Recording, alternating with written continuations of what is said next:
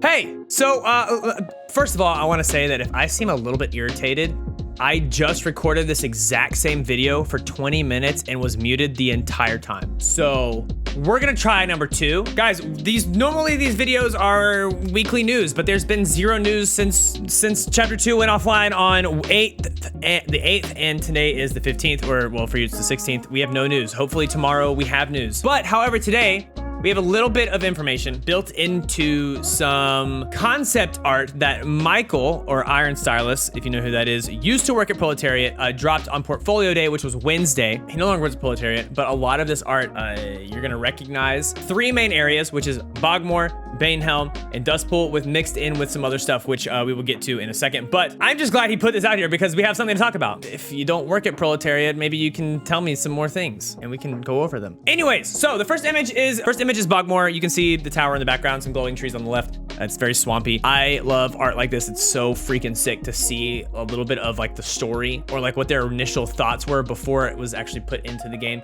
Art like this is going to be a little bit better than what's in the game because you got to think about like optimization, actually being able to put something like this into the game, create the assets. You know, it takes a lot more to put it into a game than it does to take into paper. Not to diminish like what Michael did, because all of this art is phenomenal, but you get what I'm saying. So number 1 is Bogmore. You see that. Then you go number 2 is like a tower and or like a gate type of thing. Maybe it's the little like the tunnel. You've seen these towers. It's before they blew up and got destroyed because it's now the Hollowlands instead of the Highlands. And then we move on to number 3, and this is where things get really freaking cool. So this is like Longwatch, which if you don't know where Longwatch is, it's where all of the Vow Breakers live right now in the game because they can't live in the Hollowlands anymore or the Highlands.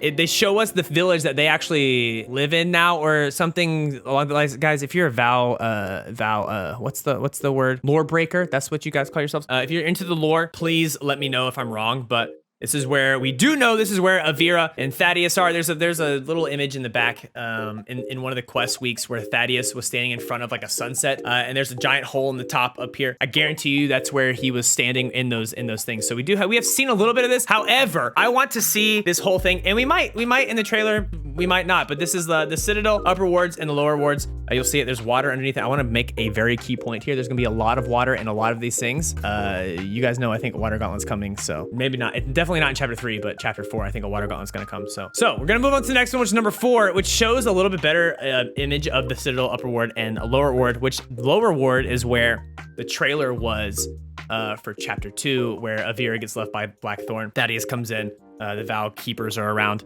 That's where that is. We'll see a little image of like the buildings there in a second, but these maps, I really hope this is exactly how it looks, because this is phenomenal. This is such a great idea for all of this. Like there's water powered elevators. All of this art is so sick, so sick, so sick, so sick. Now we go to number 5. It talks about a statue of Griff Lockett, the first hand of defense, the warden of the Longwatch and head of the Stormguard. When the sun comes through both towers, it shines a light, which I think is super cool. I want to see that really badly. Then we've got number 6, which is the images of the houses and the shops from the trailer. So that's what that is. Now we get into some towers that are obviously moving. I didn't make this connection until I recorded the last one, so you're not gonna see me realize it because I was muted, but I am almost positive that these are Aegis Towers. I was not positive at first. Some of these have like swinging doors in them. Maybe this isn't, but you'll see an image in a second.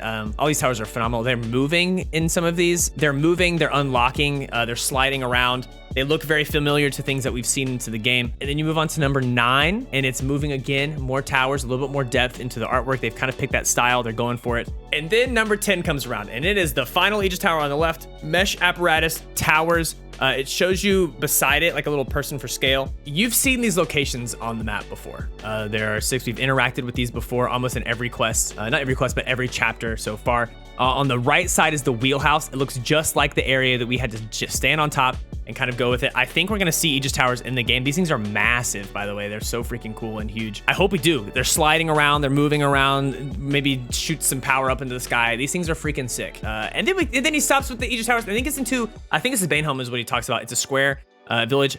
Maps like this, I want these kind of things in the game because they would make a really cool PvP, like an arena type of thing, or like a CSGO Valorant type of thing where you get open on the outside, or even like Overwatch map. Almost, it kind of reminds me of an Overwatch map. But then we're gonna go, so 17 is, you see it's a little bit more the one that we know, mixed with some stuff in the front. So you've got the back, the back part with those 3 platforms looks very much more like what we have with the bridge and the other platform on the other side with the mountains. You see that. However, there's another image, which is this one zoomed in, and the front stuff is kind of like blown up, which would be how it kind of is now with none of those things. So there's nothing really blown up, but there's another image, which is number 12, that kind of goes through like a comic strip. So it feels to me like this might be what we get in the trailer. Don't know if that's how it is, but it goes 1, 2, 3, 4, 5, 6. And it looks like those pieces from the image of 17 are then blown up from the images in 13 in this sequence. I don't know what's blowing them up. I don't know where it comes from. I don't know what's happening, but I feel like this might be what we're gonna get in the trailer. Could very much not be at all what's gonna happen, but you never know. You never know. Then he gets into Bane, then he gets into Dustpool, and Dustpool is very barren. You know Dustpool, there's images, just wide open, Tatooine-esque vibe